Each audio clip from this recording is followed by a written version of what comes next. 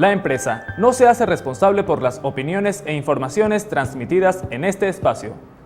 Las declaraciones y conceptos emitidos en las entrevistas y programas son de la exclusiva responsabilidad de sus productores, conductores e invitados.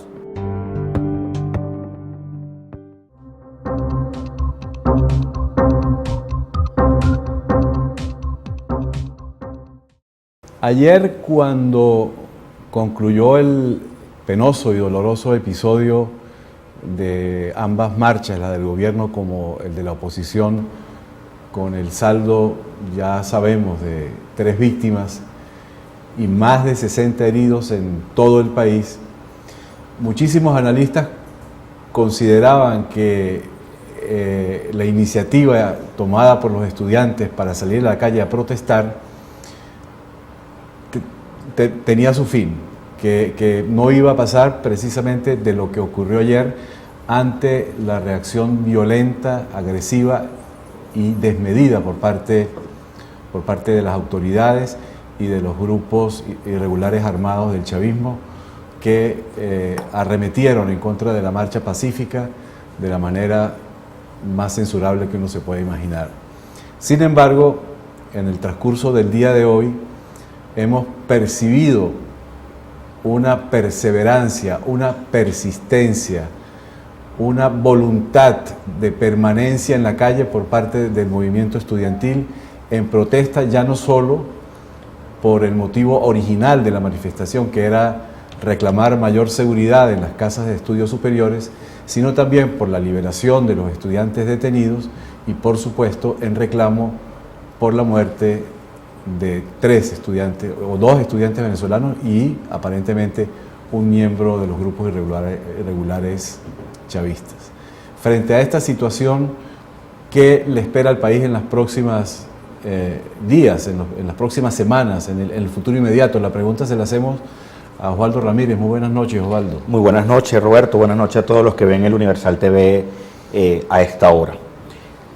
Claramente yo creo que el movimiento estudiantil en este momento está intentando marcar un rumbo en una Venezuela que en los últimos tiempos, sobre todo particularmente en el último semestre, ha interpretado que no hay una luz clara que marque hacia dónde debe ir el rumbo de la nación, indiferentemente de las posiciones políticas. Y yo creo que azuzado por esta crisis moral, en primer orden, esa crisis política y esta crisis económica que eventualmente ha estado en el país en los últimos tiempos, los estudiantes han indicado y han dicho: nosotros vamos a asumir frontalmente un llamado, inicialmente para un tema yo creo que convoca y que no distingue color político, no distingue clase social, no distingue sexo, género, edad, que es la violencia, que es la inseguridad.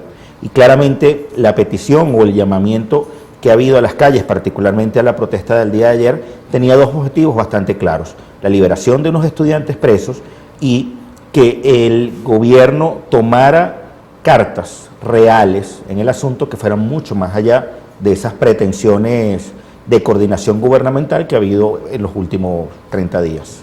Ahora, sin embargo, ahora la protesta adquiere otras dimensiones y uno sospecha que detrás del reclamo expresado explícitamente había una intención de promover el cambio político, impulsado además a esta posición por algunos dirigentes de oposición.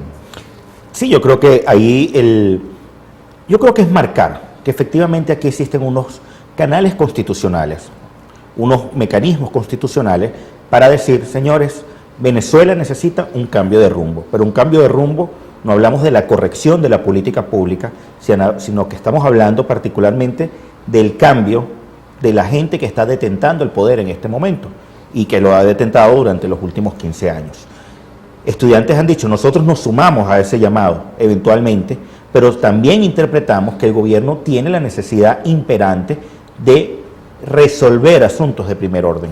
El ministro Rodríguez Torres hacía durante el mediodía de hoy un llamamiento a los estudiantes de decirles: vengan, vamos a sentarnos, vamos a hacer mesas de trabajo, y escuché respuestas de algunos líderes estudiantiles que le decían: ¿qué mesas de trabajo vamos a hacer si aquí la seguridad, el cese de la violencia no pasa por mesas de trabajo, pasa efectivamente porque usted tome las riendas? Y tomar las riendas significa ser Estado y aplicar el peso del Estado y entender que eres Estado para resolver un asunto en donde no ha habido la voluntad política necesaria para frenar el incremento de la violencia, para frenar lamentablemente la muerte de muchos venezolanos durante los últimos años, particularmente esas cifras que escandalizan de más de 20.000 muertos el año pasado de manera violenta y que efectivamente terminan llevándote a una situación de decir el Estado pareciera que fracasó en proveer bienestar público y bienestar colectivo a todos los ciudadanos que habitan en Venezuela. La pregunta es qué va a pasar, cómo se va a resolver la crisis que están planteando los estudiantes con sus manifestaciones en la calle, con paralizaciones del tráfico, con protestas generalizadas en todo el país.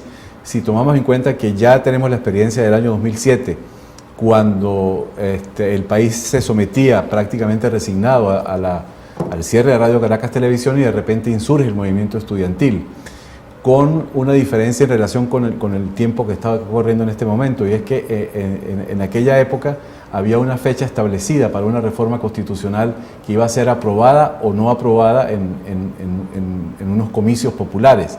Aquí no hay unas elecciones planteadas a corto plazo, entonces, ¿cómo se puede resolver esto? ¿Cómo va a terminar? No es posible que se agudice la violencia, que se reproduzca la violencia que sufrimos ayer. Hay dos caminos bastante claros, hay dos escenarios que están planteados en este momento.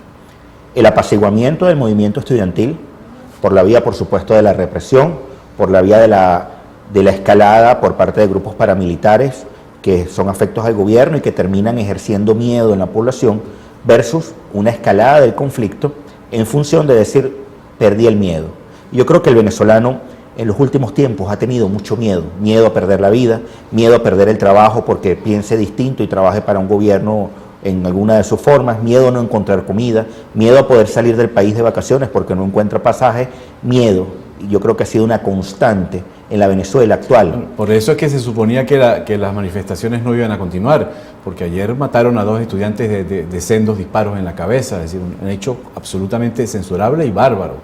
Hecho bárbaro, pero que también indica, señores, estamos dispuestos a seguir en la calle y aparentemente todo indica que el movimiento estudiantil pareciera que va a continuar en la calle en alguna medida, por lo menos hasta ahora. Yo creo que este asunto está en completo desarrollo y hay que ver cómo transcurren estas siguientes 48 horas para ver efectivamente si el gobierno decide apaciguar el movimiento estudiantil por la vía de la represión. Y el día de hoy no hemos visto a la Guardia Nacional como órgano que aplica la restitución del orden público junto con la Policía Nacional Bolivariana, no lo hemos visto actuando en las diferentes manifestaciones que han habido en el país.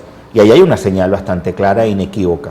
El gobierno ayer estaba en la narrativa de decir que, y todavía algunos actores están en la narrativa de decir que aquí está en desarrollo un golpe de Estado.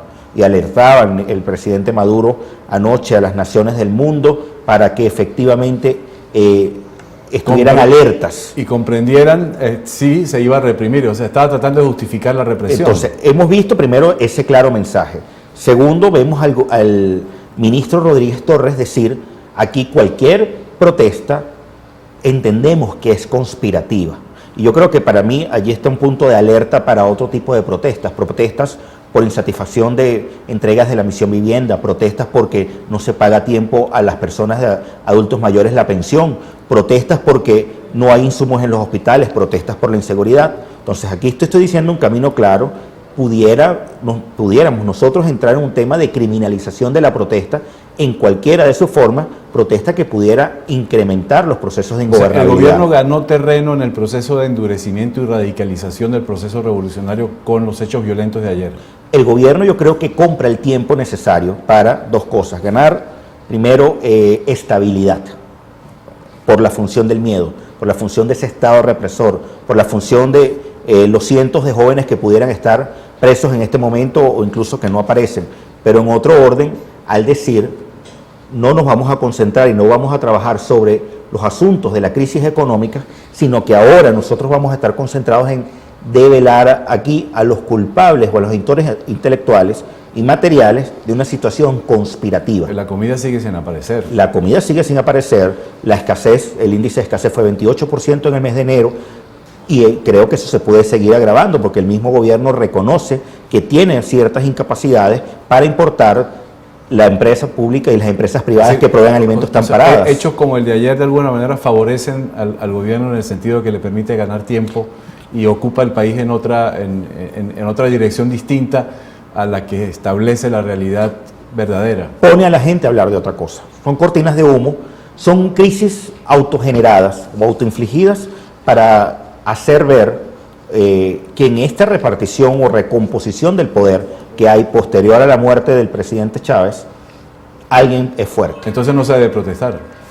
Lo que ellos, no es que no se deba protestar o no, lo que está servida a la mesa es para que el gobierno intente hacerse ver como fuerte, pero en este momento también la sociedad está diciendo, ya basta porque tú te has equivocado sistemáticamente en proveerme lo necesario para yo ser próspero.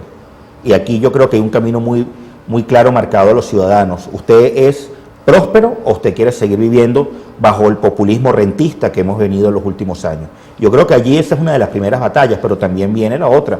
Usted quiere seguir con vida y usted quiere tener vida y que el Estado le garantice el derecho a la vida, o usted quiere un Estado que promueve grupos paramilitares, grupos violentos. Hay una declaración que está publicada en su portal y que habla de uno de los líderes del movimiento Tupamaro que dice que están dispuestos a cualquier lucha violenta e ilegítima para mantenerse en el poder.